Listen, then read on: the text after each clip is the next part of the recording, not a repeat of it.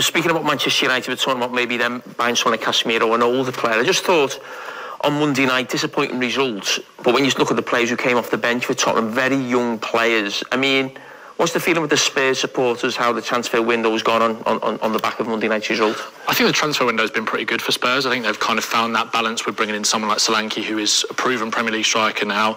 Also adding that kind of sprinkling of youth with the likes of Archie Gray coming off the bench, Lucas Bergvall as well, who I thought was really impressive on Monday. I think he's been impressive throughout pre-season, so it's not really a surprise to us Spurs fans. I think the frustration comes from that lack of ruthlessness, one in front of goal, and two, well, by not killing off games, and then in terms of our defending as well. Postecoglou has come out and said so many times, you have to take your chances. I know it sounds obvious, it's kind of that old adage, but we could have been 3-4, 5-0 up in that first half.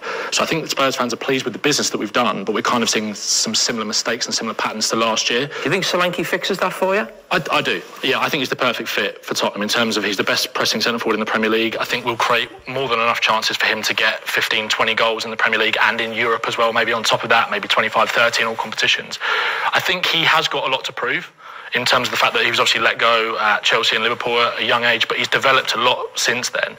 And I think he's a really, really good fit. And I think it's kind of come at a perfect time in his kind of career trajectory. Right, I'm back at a big club now. I've got something to prove. But he's going to get a lot of chances. He had 3 chances on Monday that on another day he sticks in the back of the net. I just think that one thing that's disappointing for me is that Chloe spoke about it earlier with the Ipswich game. Leicester didn't make that difficult for us. Ipswich, it's always going to be difficult going to a newly promoted side. I know Leicester have obviously been in the Premier League for a long time, gone back down, so it's not, it's not as exciting for them maybe. And obviously there's a lot of turmoil going on at Leicester. But there was a real opportunity to go and kill that game off, because I think you and Gary said at half-time, it was very, very flat at Leicester, very, very flat. And again, we come out for 15, 20 minutes or 10, 15 minutes in the second half, and again, created opportunities. There was the Bentancur one where I think we worked it really, really nicely, had the shot straight at the goalkeeper. That, to me, as a fan, felt like that's enough now. That's the last one, and you could feel the game start to turn after that, which was really disappointing.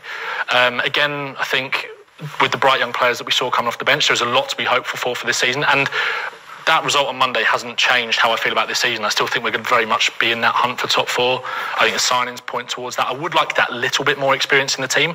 I think we do lack a little bit of leadership. I think it's always, if we concede a goal, which we conceded a lot of goals last year, although I don't think it was necessarily all down to our defence. I think Solanke actually fixes that, having a striker that can hold the ball up.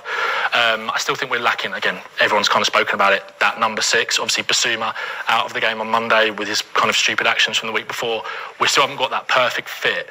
But it's hard to find one because they're so expensive, they're so elusive kind of in the market, and I think that's what kind of Spurs are missing, that ruthlessness in midfield, someone to break up the play. I think we've solved that with Solanke. Again, he hasn't scored a goal yet for us, first game of the season. I think if he gets rolling against Everton on Saturday, there'll be chances for him there, and I think he'll have a really good season. He's got to get going soon though, and I think the longer that goes, that could be a problem, because we know, you said at the very start that he's a proven striker. I think he has been for one season. I think he's got to do it again at a club that's the next level. Yeah, but I think his trajectory is only going one way. Oh, it is going up, don't get me wrong. I worry about him finishing wise. I do a little bit. And I want him to do well. Sometimes I look at certain players and I might be wrong, he looks shy a little bit. But when he plays, I made the comparison with when you watch Tony play. You can just see him on the pitch, he's just strutting around, he's like his own in the pitch, he's got that sort of football arrogance. I'd love to see Solanke have that in some ways, and I hope we're not sort of talking in 5 or 6 games time, and the press and the media, everyone gets to be like, oh, has he scored his goal yet? And that pressure builds on him. I don't want to see that, because you still class him as a young player, but he's 27. I thought his all-round performance tonight was really, really good. Yeah. But you're the centre forward, so you're always going to be judged on scoring goals. I think if that momentum didn't switch in the game, there was a goal coming for him, the chances were there, and I think with the way that Spurs play, obviously, I think David mentioned earlier about Man City looking at Kyogo from Celtic. His job for Ange's team at Celtic was to stay between the width of the 6-yard box and convert very simple chances, which there will be that for Solanke this season, so we will get a lot of goals with chances put on a plate for him. You saw how well Maddison played the other night, looked back to his best. He's got a lot to prove this season, because he's got, obviously coming off the back of that Euros omission, and it was great to see him play in the way that he did, but he, alongside the team, faded in that second half, which was something that we were quite critical of as a fan base last season.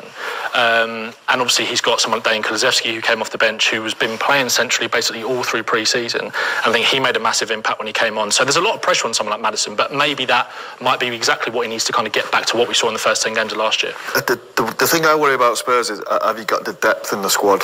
Yeah. You think you have, or are you worried about that? Well, no, I agree. I think you've got 13 or 14 that if they stayed fit all season, you'd be looking at top 4. And it's the way they play as well.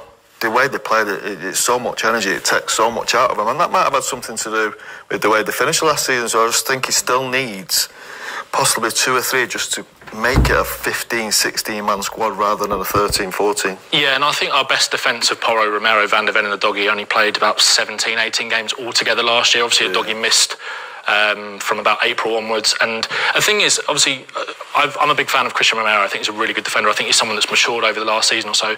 That mistake was quite uncharacteristic, I think, of him on Monday, leaving Vardy at the back post. But I think him, Van der Ven and Udogie have only had 45 minutes of pre-season football. And like you said, the way that we play, you need to keep those players fit because it's very high intensity, very high energy. But that's why you've got to take chances, because then you don't put yourself in that position in the second half of games where you leave yourself that bit more open.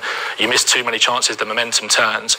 And I think what was really pleasing in that first half is that was probably the best we've controlled a game of football since those first 10 games of last season. The second half of last year was a little bit more erratic. You spoke about Man United earlier, becoming like a bit more of a basketball game at times. And I think that's what we didn't see in that first. I think we totally controlled it again. You have to take the kind of quality of the opposition into account. Leicester have got a lot of stuff going on at the moment. That team isn't as good as the Championship team that came up, new manager. So it wasn't a massive task for Spurs to do that, but it was really disappointing that we just didn't see it through. But you've got to, I know it's such a cliche, but if you don't take chances, you're going to leave yourself in that position.